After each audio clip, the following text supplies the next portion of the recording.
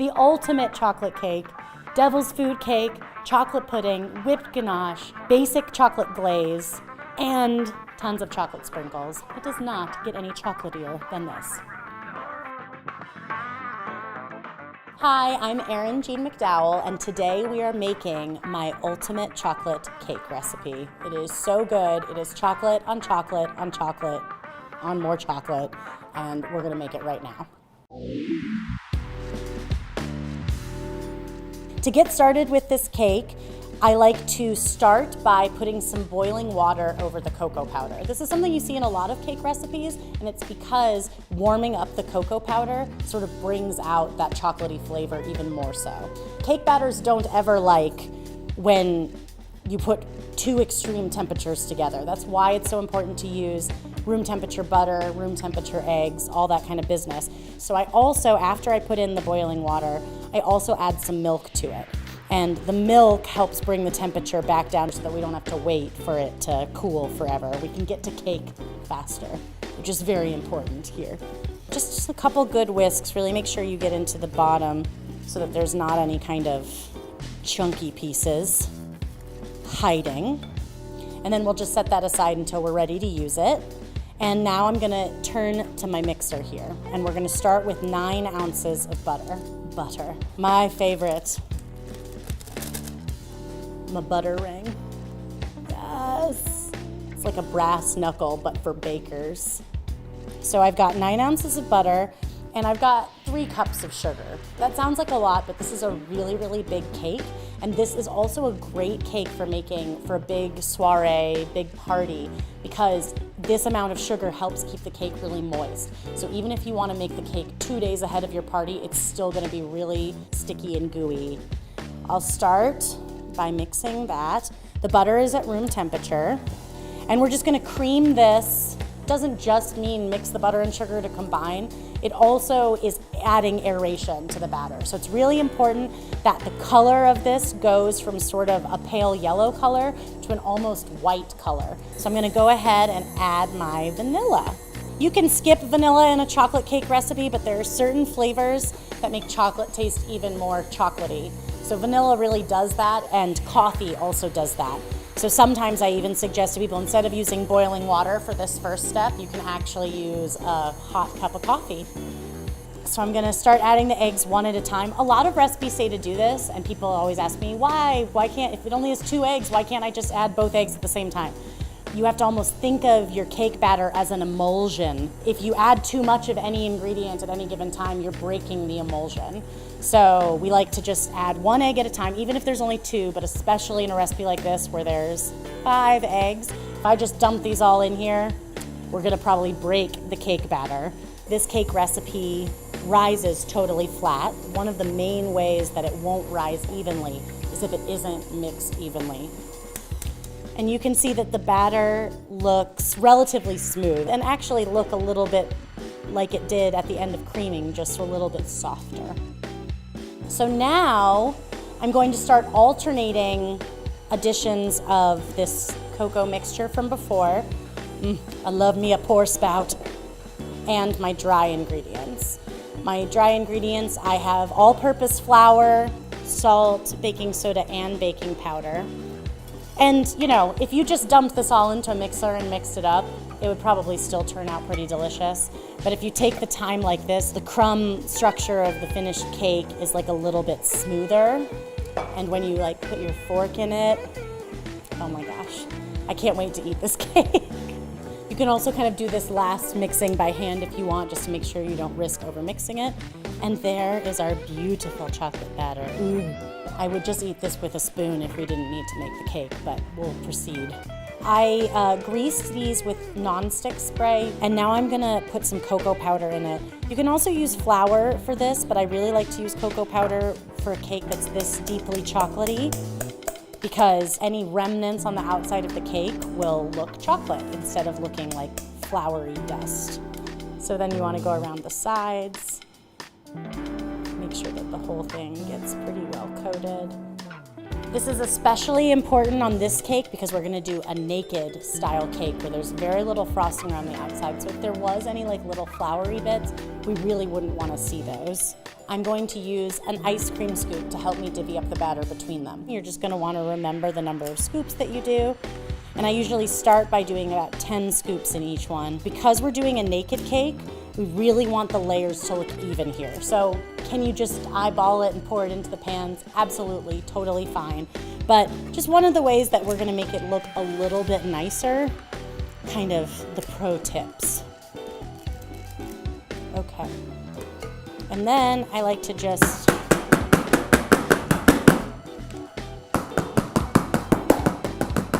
just helps get it flattened out. It'll do the rest of the flattening out in the oven. So now we're gonna bake them at 350 for 35 to 40 minutes or until a toothpick inserted into the very center comes out clean. All right, so I told you this cake is chocolate on chocolate on chocolate on chocolate. The next chocolate element is a chocolate pudding filling. It starts with some milk and cream, because milk just isn't enough. We gotta add a little cream in there too. So I'm just putting it over a medium heat to sort to warm up this cream. And I'm gonna add both unsweetened and some bittersweet chocolate to it. The reason that I'm using a combination here is because the unsweetened really helps make this a really deeply chocolate without being overly sweet. You do want to make sure you kind of keep it constantly in motion in these early stages because chocolate does have a tendency to want to burn. So you don't want to let it sit at the bottom of the pot for too long. And we're just going to stir this until the chocolate melts completely. And then we'll move on to our next part of making the pudding. Puddings are thickened both with a little bit of egg and also with a little bit of cornstarch. Not every recipe, but this recipe is. When you use cornstarch, people have all sorts of ways of preventing the cornstarch from clumping. This is my way, and I think it's the easiest, though I'm biased. This is granulated sugar, and we add the cornstarch to the granulated sugar first. The granules of the sugar sort of break up the cornstarch and prevent it from clumping. It's a great tip, really helps. I'm also gonna add a pinch of salt, because salt with chocolate is always really good. Now, the last thing I'm gonna add to this until later are the egg yolks, but I don't wanna add those until I'm ready to go because sugar is hygroscopic. That means it sucks moisture out of things. So there's sort of an old wives' tale that if you put sugar on eggs, it cooks them. That isn't exactly true, but what it does is it sucks the moisture out of them, causing the egg yolk to dry out. It sort of looks coagulated. It looks like it's cooked. So we just don't want to add our egg yolks until we're pretty much ready to go with the next step of the recipe because we could end up with kind of some firm, chunky egg yolks. So I'm going to go back and give my milk a stir. My milk and cream and chocolate. Now that my chocolate milk cream mixture is hot, I'm gonna go ahead and add my egg yolks and whisk them into this mixture. It's okay if it's not totally smooth because it's all gonna come together when I add the warm liquid here, but just kind of start the process of mixing. I'm gonna add about a third of this while whisking constantly. And you just wanna whisk really vigorously at first to make sure that all that egg breaks up. So I'm gonna put the rest of it back on the stovetop. And now I'm gonna take this guy that I whisked over to the stovetop too. I'm gonna pour it back into the pot while whisking constantly. And again, we just basically wanna be agitating it so that we don't get any bits of egg or cornstarch that are unhappy. We want everyone to get into this nice and smooth. So I'm gonna start heating it again, and I'm gonna start with the whisk. So it's starting to thicken just a little bit, so I'm gonna go ahead and switch to my spatula for the rest of the cook time, just so I can make sure that I'm really getting into those edges and corners of the pot. So we don't just want it to be thick enough to coat the back of a spoon, we want it to be thick enough that it actually comes to what I learned is called first boil. And first boil isn't necessarily just a couple of bubbles around the outside of the pot, which is more like a simmer. First boil is when we get a nice big fat bubble coming up from the center of the pot. And we do that because there is something that naturally exists in eggs that consumes starch. It's its favorite breakfast. So if you don't cook the eggs to a high enough temperature, that enzyme stays in the egg and your custard will look really nice and thick. It'll look beautiful. And then you'll put it in the fridge to cool, and when you come back to it, it'll be runny. And it's because that enzyme was having a feast in the fridge. But all you have to do to prevent that from happening is make sure you bring it to first boil. And as it thickens this last little bit, I'll just stop every now and then to see, oh, there are those bubbles. There's the big fat bubble, yes! Heat is off. Ladies and gentlemen, we have just murdered an enzyme. So once we get that bubble, we want to take it off the heat, and I'm gonna mix in 2 tablespoons of butter and some vanilla. The butter gives it this like really silky, luxurious texture. You don't want to add vanilla extract to things when you're cooking them for a long time because a lot of the flavor kind of goes away. So it's really great to add it at the end of something that cooks like this. So now this is ready to be strained if we want. We'll cover it directly with plastic wrap, put it in the fridge until it cools completely. So we've got 2 more components to make for our ultimate chocolate cake. 2 kinds of ganache, because one just isn't enough when we're talking ultimate. So ganache is incredibly versatile. We're gonna make a whipped ganache, and we're also going to make a chocolate glaze, which is a little bit more of a thick, drippy sort of ganache. They're both cream and chocolate. The only difference is the ratio.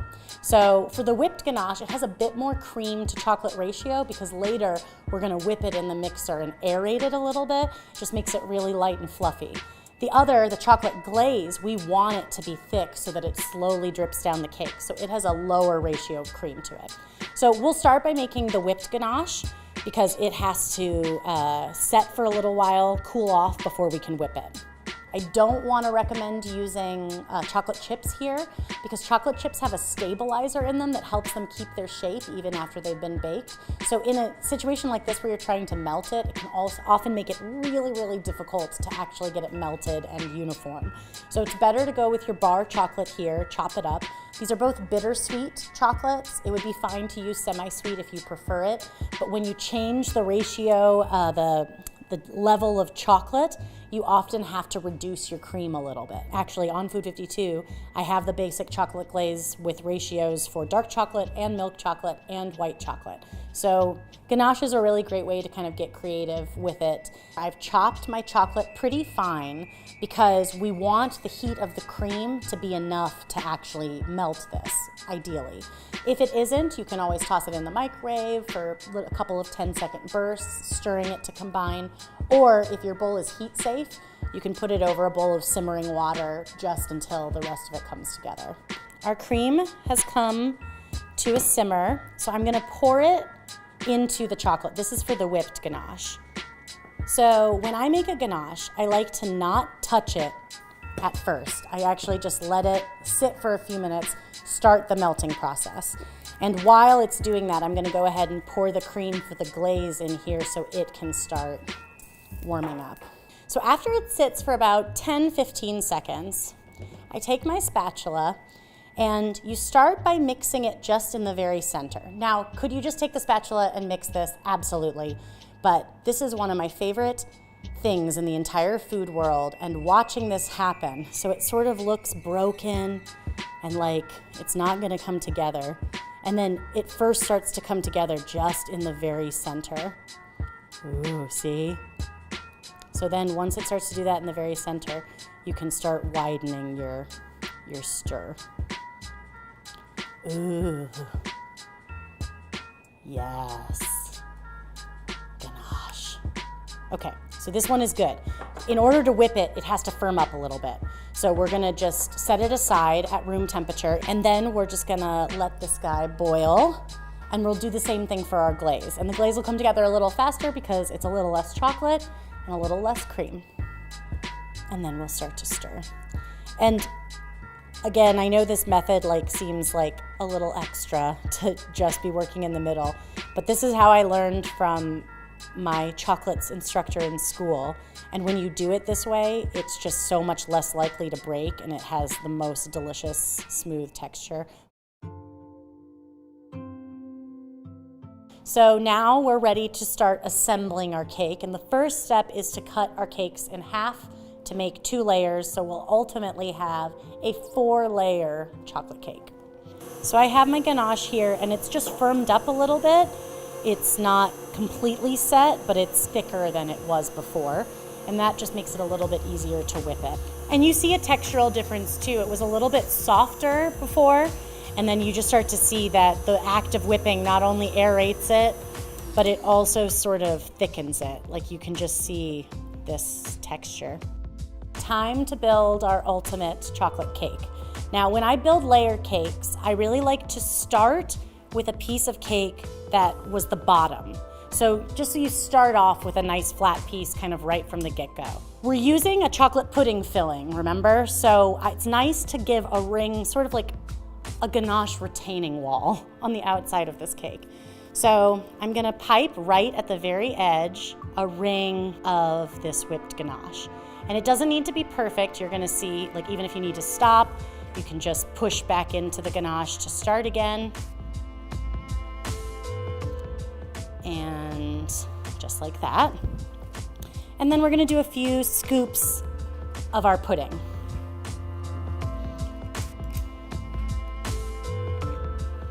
So I think I'll start with 4 scoops.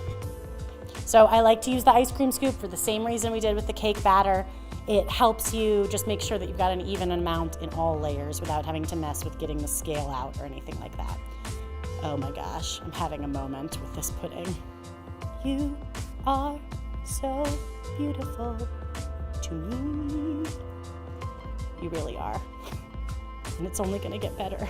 One thing you don't wanna do that you would do on a regular cake is like really push it out towards the edges. This is a naked cake, so we want to leave the sides looking pretty nice and smooth. So we're just focusing on smoothing out that top and making it really even. So we'll put the next layer of cake on top.